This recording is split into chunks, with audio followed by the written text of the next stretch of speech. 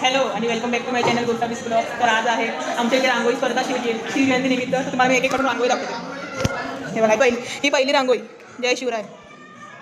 ही बघा ही दुसरी रांगोळी ओम श्री गणेश नमः. ही दुसरी रांगोळी, ही तिसरी रांगोळी, ही चौथी रांगोळी, नाही पाचवी रांगोळी, ही सहावी रांगोळी, ही सातवी रांगोळी, ही आठवी रांगोळी. वाव, ही बघा ही नववी रांगोळी.